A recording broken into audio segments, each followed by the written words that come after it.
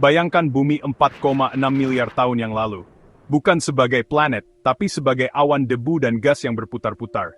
Awan ini yang disebut nebula surya adalah sisa-sisa dari kelahiran matahari kita. Gravitasi, gaya tak terlihat itu, menarik semuanya menjadi satu.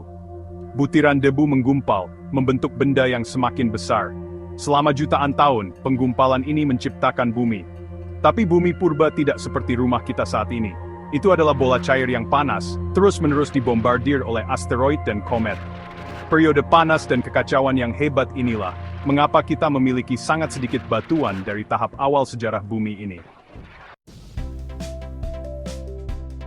Aeon Hadean, dinamai dari dunia bawah Yunani, Hades, adalah judul yang tepat untuk periode awal sejarah bumi ini. Panas, keras, dan sama sekali tidak ramah bagi kehidupan seperti yang kita kenal. Gunung berapi meletus di seluruh planet, memuntahkan lava dan gas ke atmosfer. Permukaannya adalah lautan cair, terus-menerus bergejolak oleh tumbukan dari luar angkasa. Namun, di dalam kekacauan ini, benih-benih kehidupan sedang ditaburkan. Uap air, yang dilepaskan dari letusan gunung berapi, mulai menumpuk di atmosfer. Saat bumi mendingin, uap ini mengembun, membentuk lautan pertama. Lautan awal ini, panas dan asam, sangat berbeda dari air yang penuh kehidupan yang kita kenal sekarang. Tapi mereka adalah wadah tempat percikan kehidupan pertama akan muncul. Sekitar 3,8 miliar tahun yang lalu, kehidupan muncul di planet muda kita. Penghuni bumi pertama adalah mikroorganisme bersel tunggal, sederhana tetapi ulet. Bentuk kehidupan awal ini, yang disebut prokariota, tumbuh subur dalam kondisi keras eon arkian. Mereka hidup di lautan, menarik energi dari bahan kimia yang menyembur dari ventilasi hidrotermal. Organisme awal ini tidak membutuhkan oksigen untuk bertahan hidup. Faktanya, oksigen beracun bagi mereka. Mereka anaerobik, artinya mereka tumbuh subur di lingkungan bebas oksigen. Meskipun kecil dan sederhana, para pionir bersel tunggal ini mengubah planet ini. Mereka mulai melepaskan oksigen sebagai produk sampingan dari metabolisme mereka, perlahan-lahan mengubah komposisi atmosfer. Eon Proterozoikum yang mencakup lebih dari 2 miliar tahun, adalah masa perubahan dramatis. Ini menyaksikan munculnya oksigen, pembentukan benua, dan evolusi kehidupan yang lebih kompleks.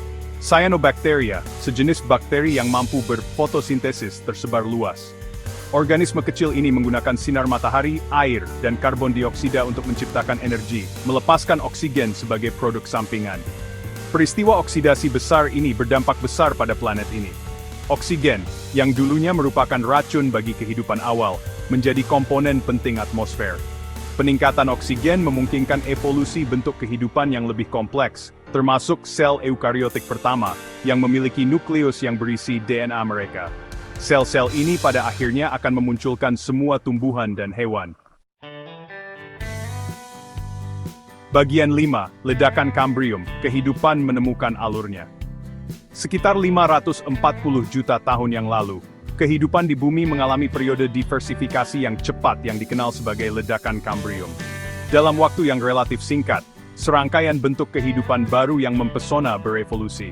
Makhluk dengan cangkang, kerangka, dan rencana tubuh yang kompleks muncul dalam catatan fosil. Trilobita, dengan tubuh tersegmentasi dan mata majemuk, berlarian di dasar laut. Ledakan evolusi ini kemungkinan didorong oleh beberapa faktor, termasuk peningkatan oksigen, perkembangan relung ekologi baru, dan bahkan mungkin perubahan iklim bumi. Ledakan Kambrium menandai momen penting dalam sejarah kehidupan. Selama waktu inilah, rencana tubuh dasar sebagian besar kelompok hewan utama yang hidup saat ini ditetapkan. Bagian 6, Periode Ordovisium, silur dari lautan ke darat. Kehidupan terus beraneka ragam dan berevolusi selama periode Ordovisium dan silur. Lautan dipenuhi ikan, cephalopoda, dan karang. Tapi kehidupan tidak terbatas pada lautan. Tumbuhan, keturunan dari alga hijau, mulai menjajah daratan, mengubah lanskap tandus. Tumbuhan darat awal ini sederhana, tidak memiliki akar dan daun.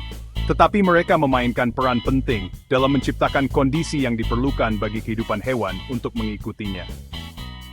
Periode silur juga menyaksikan evolusi arthropoda pertama yang menjelajah ke darat, kemungkinan nenek moyang laba-laba, serangga, dan kaki seribu saat ini.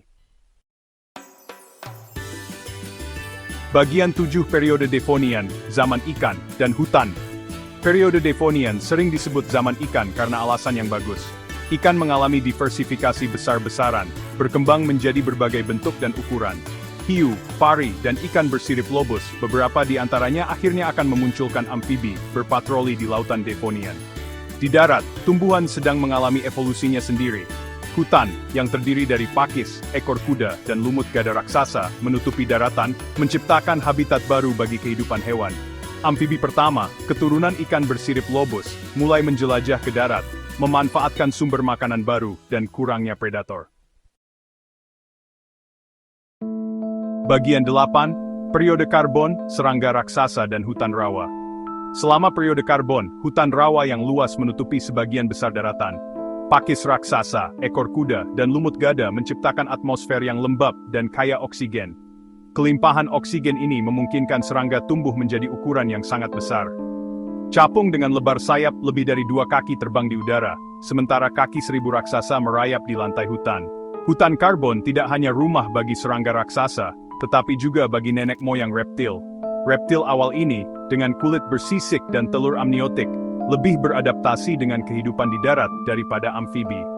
Rawa-rawa yang luas pada periode karbon, pada akhirnya akan memunculkan deposit batu bara yang kita andalkan saat ini untuk energi. Bagian 9, periode Permian, masa ekstrem. Periode Permian, periode terakhir era Paleozoikum, adalah masa perubahan dramatis dan pergolakan. Benua-benua bertabrakan untuk membentuk benua Super Pangaea, dan iklim bumi menjadi semakin ekstrem. Bagian dalam Pangaea kering dan seperti gurun, sedangkan daerah kutub tertutup es. Kondisi yang keras ini menyebabkan evolusi bentuk kehidupan baru yang lebih tangguh. Namun, kehidupan di bumi akan segera menghadapi tantangan terbesarnya. Periode Permian berakhir dengan peristiwa kepunahan massal terbesar dalam sejarah bumi, memusnahkan lebih dari 90% dari semua spesies laut dan 70% spesies terestrial. Penyebab pasti kepunahan Permian masih diperdebatkan, tetapi kemungkinan disebabkan oleh kombinasi faktor, termasuk letusan gunung berapi yang besar, perubahan iklim, dan pengasaman laut. Peristiwa bencana ini menandai akhir era Paleozoikum dan menyiapkan panggung bagi kebangkitan dinosaurus di era Mesozoikum.